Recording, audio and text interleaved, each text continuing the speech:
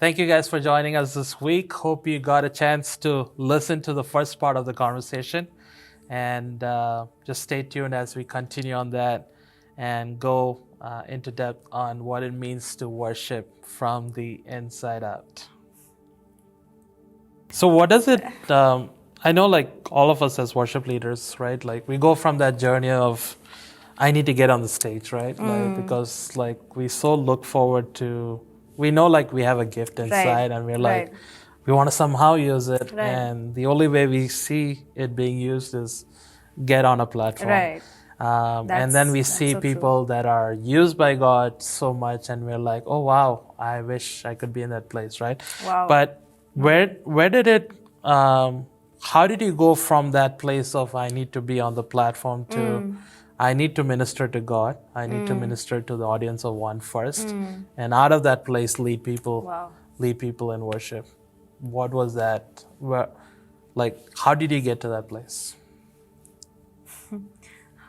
I think what you said, one thing you said, I want to highlight that is so important, because you said we all have that desire, we all have that gift, and it's actually a real burning desire. Because you know God has made you for a purpose and you want to live out that purpose. But one thing you said is, we don't have any other reference point. We only see people using their gift on stage. And so we're like, that's the only thing, I want to do that. But I think that was really good. And if we have more reference points, that would be so cool to just know that it's not about the mic and it's about God, tuning up or reducing the volume of your voice. It's not the sound guy as much as you want him to. What happened for me to change it was, I guess, just that process of humbling that God took me through to build character in me first, to build real relationship with Him first, to teach me to serve first. After that season with the choir, when I said I was away from His presence and all of that, I was still serving in church, but I was, an usher, and I was just off stage completely. I didn't want to be on stage. And I still loved God, and I still was able to serve Him, and I still was able to minister to Him. And I just saw the value in that because God did it. I don't know if I can say like I did anything, but God just took me through that process. And I think all I said was, like, initially I had no choice, I had to say yes. But so a lot of people look at worship leaders, and even I have done that, right? Like, in my season of pain especially, I've looked at people worshiping God freely, even my mom. And I would just be like folded arms and just angry with God and not able to worship Him. And that's a very difficult place to be, because you want to worship, you want to be free, you want to be innocent, you want to be pure, but you have so much pain, you have so much sin, you have so much guilt and shame surrounding you that you feel so far away from God. And it's a real hard place to be, because no matter how much someone stands in front of you and says, no, God loves you, you are close to God, He's forgiven you, you still feel all of that guilt and shame, and you're just like, no, I'm not worthy of it, I'm not good enough for God. That's a very hard place to be. Wow. And it's very easy in that place to look at people like Prakruthi Angelina worshiping the Lord and be like, wow, and be even envious of that. Like, I remember, so now like Misty Edwards, Kim Walker and Carrie Job and all of them, right? Like, when I started leading worship, people would actually tell me that, like, hey, you remind me of Carrie Job, your voice reminds me of her, Kim Walker and all of that. And it was so interesting to meet Shah, because these three people specifically, I used to dislike them. I used to really not like them. And I didn't know why. Like, when Kim Walker sings, she laughs in between. I used to get so irritated by that. And even like Misty's whole vibe, and Carrie Job, like, I'm wearing something like she wears today, but I used to be like, she's so pretty, her voice is so sweet, she's got everything going for her. And I don't know, like, it was only much later that I realized that I had something in me that was, similar to the call or favor that they had or whatever, right? Like, I wanted something that they had because I already had that call. But I was, too busy being... So actually God challenged me about that. He was like, why do you really hate them? Because I really didn't... I couldn't listen to Kim Walker. And he was like, why? And then when I started sitting with God on that, I realized how much insecurity I had. And I remember God telling me, yeah, Prakruthi, you will never be like Carrie Job. Because I was like, yeah, I'll never be like Carrie Job. She's amazing. He's like, yeah, you'll never be like Carrie Job. And I was like, okay, God. Oh, thanks. And then he was like, that's because Carrie Job will also never be like you. And I remember like amazing moments happen in the washroom, guys. Pay attention to the Spirit of God in the washroom. That's the I don't know how to time. respond to that. But I remember that time so well because It does have good reverb though. So if you want to sing. yeah, but I remember that moment, something changed because God really taught me the meaning of uniqueness in that time. And he was like, yes, you will never be like them. They will never be like you either. And you need to embrace who have made you, and you need to just worship from that place of just being you and being authentic. And that's why I think, yes, it is hard when you see people worshipping freely, but don't try to be like any of that, like, because that will never work. Yeah. It just won't work. Just be you and go with God on that journey, and and one day people will tell you sing like it. No, I'm kidding. And one day you will experience the realness of it, and none of that will matter. Like your voice or people appreciating who you're like, none of that will matter because you have God, and that's the main thing. And you have you. And you have you. And God. And Yeah. God. All right. But truly, like, just spending time in His presence, right? And just learning to enjoy Him for who He is. I think I learned a much deeper level of that once I came here. Although I had experienced His presence, just learning to live in that place. Just even what we did this morning, like before the interview, we were just singing out our hearts and just being free in His presence. And I think that nothing can teach you, like leading on stage or off stage or whatever. You know, you can be leading on stage and you can still be so closed up and, you know, performing instead of worshiping. And so, yeah, just being in His presence, growing in His presence, being Samuel in the temple of God. Wow. I think, that's what. What is your scariest experience leading worship? Oh. Or the most embarrassing moment that you feel like you had? Actually, the most embarrassing moments for me are not when I failed or messed up, but when I got angry with other people. Oh no.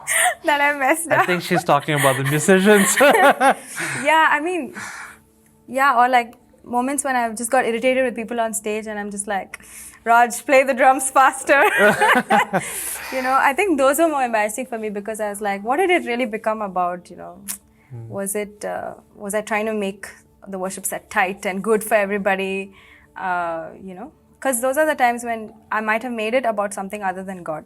And so those were the real mess-ups and embarrassing moments for me.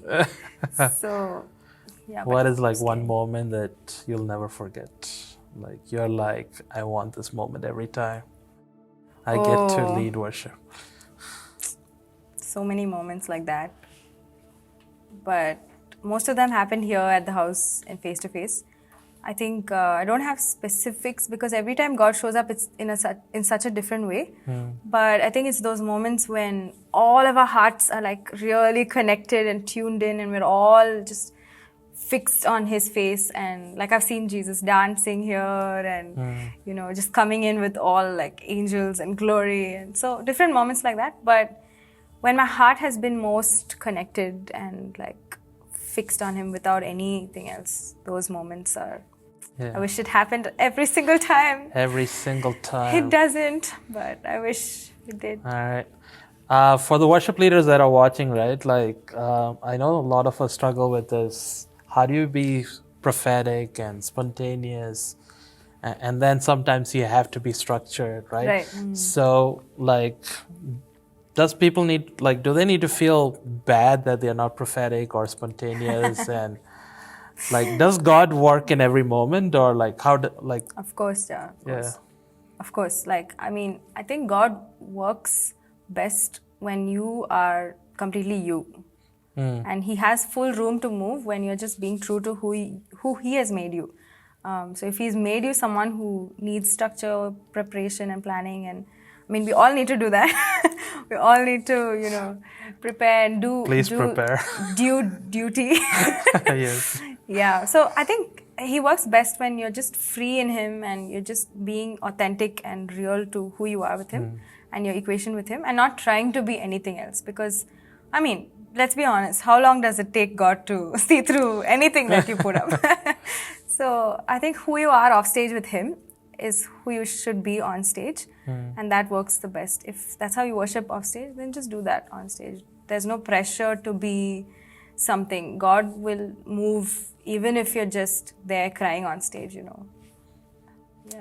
Yes. I mean, if If God is in it. not because you don't have a Yes. song. Oh man, but yeah. All right. Can you share on what it looks like to worship from inside out? All right. And I think there'll be a lot of people watching this, and I know I've definitely been there. Like, you have so many negative feelings or emotions within you and at the same time you really want to worship God. So it's like, how do you do that when everything inside seems so troubled? And yet you're made to worship Him and you long to worship Him. I think, first of all, it's coming to a place of acceptance that you're not going to feel perfect all the time. You're not going to, like we were talking about those amazing moments in worship. Like for me, I'm an idealist and I'm a dreamer. So every time, if that happens, that would be the goal. That would be ideal. Yeah. But it's not. Like, not every day is ideal. And we can't keep waiting for the right circumstances to worship or to do anything in life, actually, right? Like, and especially if you're an emotional person, smallest of things like might stir you up and just, throw you off, and you're just like, I can't do anything right now. I need to tend to my wounds. And so I think it's just coming to that place of acceptance that we are more than our feelings. We are more than what is happening around us or inside of us. And then just offering that up to God as it is and saying, anyway, I can't hide from you. Anyway, I can't fool you. And you don't want that also. Like, God doesn't want that. He just wants us to come as we are, and He's ready to meet us in that place. And so it just starts there, and it starts with knowing that God is holy and He's ultimately supreme, and He deserves every bit of you. He deserves perfection, but He's also the kindest person ever to exist, and He receives the best that you give Him. And I think it starts from there, and just going to Him and giving your best. Of course, you will not always hit the mark, but that's the thing with God, no? He'll be like, you can't hit this? Okay, here you go, So just knowing the kindness of God and coming as you are. Yeah. So I think a lot of our churches, I definitely grew up in one, like we kind of stay away or shy away from talking about emotions and especially if you talk about suicidal depression, mental stress or anything, right? Like it's one of those where like some of the churches or even the church that I grew up in, like it's like if you are actually saved, you shouldn't be struggling with this, right. Or the other end of it is, if you have faith, you shouldn't. If you believe in healing, you shouldn't, right? Like, so it's always like looked at as something so negative, for sure. to a point that people feel like, okay, maybe I'm not saved, right? Yes. And it's like, and the other extreme also is like where churches can be so hyper spiritual that they're like, I'll cast it out. Come here. Cast it out, or just talk to God, Oh, right. And like, I don't need to know about it, or I don't want to listen to you, right? Like, so I think a lot of people that are listening to it, and I definitely know in the season, especially 2020, it has hit people so hard that, they feel like they don't have anyone to talk to, or anyone that would listen to them, right? So what do you want to tell people like that want to worship God, and yet they are in this moment where they're trying to find their identity. And maybe talk a little bit about why is it so important to heal out of that inside out, right? Right. Instead of just ignoring it or waiting on the church per se, right? That's basically my life story. Yeah, I think a lot of people are just scared of it because, see, there's this pressure that we put on ourselves. We're like, okay, if I'm saved, I need to be manifesting the joy, the peace of the Lord all the time, you know. And it's true, but it can't come from that place. You have to go through it. I had to go through the process of God healing the pain, like you said. I wanted a testimony 10 years back, but I only had a testimony probably like 3-4 years back when God took me through that process. So sharing a little bit about my own journey, right? Like being depressed, being suicidal, going to church, wanting God to set you free, because you know this is more than just mental health. You know there is a spiritual element and you want God to show up for you in that. But there's also the root of it coming from pain, coming from choices that you make, coming from thoughts that you choose to think, you know, thought patterns, strongholds in your mind, right? And so for me, my main question was, how do I solve this issue? Like, do I go to a counselor? Is that going to help? Why is this demon not coming out of me? No, it was a real issue. Like, I was like, so am I not saved? Am I like, do I not belong to God? Like I said. But the thing is, even after I got baptized with the Holy Spirit, even after I had the power in my spirit and the authority and all that, the patterns were still there. Like my thoughts would still be negative. It would still, you know, be so hard to overcome. And God was so patient with me, and He taught me slowly, bit by bit, to overcome with the Word of God, to renew my mind and all of those things, right? And I think we forget how willing God is to be part of that journey. We think He wants us to just come fixed and be like, I worship you, and, you know, ready to worship. But He's not scared. I think most often we get so scared of pain because we don't know where it will lead. I was also like that. I was scared because I didn't know which moment I would just end up taking my life. And it is a scary place to be. But I think that's where worship especially plays an important role, because you are giving yourself over to His presence and saying, God, you reign in me. I can't do this by myself. And that is the essence of worship, right? Like, it is acknowledging that God is God in your life, even when, because you are not. And He can do what you can't do. And I think that if we just remove fear from that and allow that trust in God to get stronger, we as a church also will get more comfortable with talking about these things. And just being real and saying, yes, I'm going through a season right now. That doesn't mean God is not with me. That doesn't mean I don't love Him. And He's willing to walk through this with me. So you be willing to do that as well. Yeah. So what did healing look like for you? Like, was that just sitting in worship endlessly, reading the Word endlessly? What did it look like for you? Well, there was an internal element to it also, in terms of like the pain I felt, because I felt so much pain, like it's so real, and no one on the outside can do anything about that. You can be in the happiest place, but if you're feeling pain on the outside, there's only one person who can help you, and that's God. So it looked like God removing that pain eventually after years, because I had so much of it. I would cry and cry and cry. I would be like, how much can I cry? Like, how much can I process this? I needed God to take it out. And so that happened finally.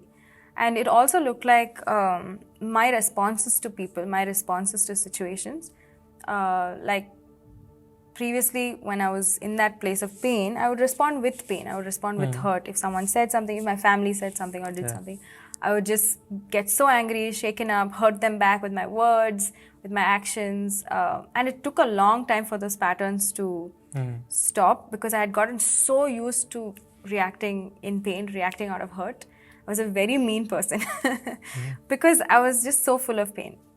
So healing looked like that changing. And I remember praying, and I would be like, God, I want people to see you in me. I don't want to be this mean person. I want people to see Jesus in me. And that was the process. And people started to say that like a few years back, and I was like, whoa. Wow. They were like, we can see Jesus in you. And that's when that was like evidence of that healing, Yeah. because God brought me from there to there. So Yeah, I still remember 2-3 years back, we were having SOAR here. So for the ones that don't know, we have these 24/7, 3 days, 7 days. which I miss a lot. She's gonna cry right now. I'm sorry. So we were having one of those, and I remember one guy calling me out and just saying hello, and I was just saying hi to him, and he was like, "I have a question. Like, I'm in addictions, and I'm feeling terrible, and all of you are so holy. I can see that you guys are so holy that you can actually worship God." And I'm like thinking in my head that, like, I don't know what I was going through that moment, but I was like, only if you knew, right? Like what each of us are Right, struggling with. right. And we know the stories of people that come here as well. So I just want to encourage you guys, like, if you're feeling like really messed up inside and you're still trying to worship, especially if you're in a church, you're like, everybody drank the Kool-Aid or something, like you're like, am I the only one that's going to hell and everybody else is going to heaven? Right. If you're in that place, I just want to encourage you guys that go back to God. Just have conversations with Him. I know in my life, there was a season of 4 months that was horrible, where I just stepped out from everything from church and didn't want to do anything with God. Yeah. And even in those seasons, I stopped listening to worship music and hate to admit it, I used to listen to a lot of country music because that is something that helps you during that time. So, you listen to all this and you're like, you go from leading worship to listening to country music. And then I'm like, okay, am I actually listening to the words, or, to having conversations with God based on some of the songs even like that were not Christian, right? Right. You're like, okay, God, I think it's time to have a real conversation. That is what helped me to come back. Wow. To come back, not to church, to God, right? Right. Like, because even after that, I was like, I don't want anything to do with church, but it led me to the point of my own encounter with God, where I'm like, okay, I need to find out who this God is.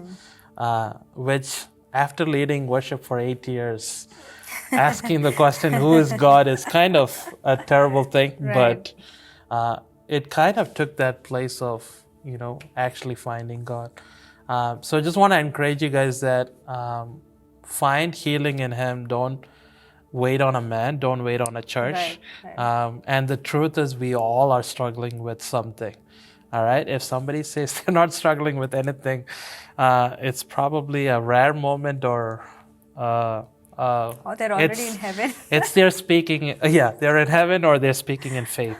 Oh yeah. All right? So, speaking in faith. Speaking in faith. So, just want to encourage you guys that we all go through it. And for sure. Maybe just because you just see a tiny glimpse of who we are, and only on a platform or stage, it doesn't mean that we don't go through it. All right.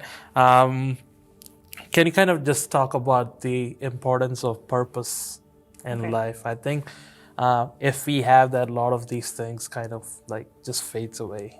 True. That's true. I think until that moment when I felt alive and felt God pointing me towards, worship, or towards just living for Him, until that point I knew I wanted to live for Him, but I didn't know what I had to do. I didn't know how to get there. And I think we also put a lot of pressure on this, saying, what's my purpose in life? What's my purpose in life? And how would you even know? Like, how would you know what your purpose is? Because you are living your life from yourself, from the inside, right? But God sees you from like an external view and from within yourself, right? Like, He sees all sides of you, and He knows the end from the beginning. So should we really be so concerned and so pressurized about figuring out our purpose, or should we just learn to love Him and know Him? Because when you know Him, I don't want to sound so deep and mysterious, but when you know Him, you will start to know yourself, and He will start to show you things about yourself. He will do what you cannot do for yourself. So on purpose, all I think I can say is do what you can do what you know to do what is given to you in that step. Because even now, I don't know what is ahead, like maybe 5 years from now. But what I can do is trust God with my life and give Him everything that I have now, not withhold anything. None of my skills, none of my talents. Just give Him everything and say, it's all for you. And that's the ultimate purpose, right? Like to just belong to Him and to be His. Yeah, so. All right, well. So, if you take the Bible, since you love the Word, if there's one person is like, I wish my name was in that book, right? Like, so replace somebody's name and say, I want that. I want what they had with God. If there's one person that you look up to in the Bible, you're like, that's me, right there. That's me, whoa. Who would that be? I know with Chattan and all, it was like Esther. But I'd love Jael. I love that. All she right. has such a tiny part in the story, okay? But it's like, what was that lady doing in that tent before this whole thing happened, So right? you need to like give a synopsis of Context. Okay, Context, Jael yeah. is this woman. I don't know the Bible reference. That's okay. But basically, so she takes this. So the enemy comes into her tent, right? Like the enemy literally comes into her place, and and she has this one opportunity to gain a victory for her nation, and she's like, this is the moment, and she knows exactly what to do. She just gives him like milk or something, which I don't know the details, but she just does that, and then she takes that tent peg and she hits it on his head, and the enemy's done. Like she's got victory in that one moment. Yeah, and what strikes me every time about that is like what courage she had in that moment. And obviously that didn't come just like that. She doesn't go about her days every day like, doing that. But just that sensitivity to the timing of God, that discernment to knowing what needed to be done in that moment. And she just went for it. I think it's a very small part, but it shows her complete history and relationship with God. I don't know. I just love that story. Okay. Just that. Wow. Killing that enemy with the tent peg. So watch out for Prakruthi if she has a tent peg in her head. She's probably not going to use it for a tent. All right. Thank you guys for joining us. I think we're going to wrap this part of the worship culture. But we're going to do some worship right after this. And Prakruthi definitely, I know, has something from God for each one of us. So we're just going to sing prophetically and spontaneously whatever God wants to do. All right. Yeah. So, stay tuned.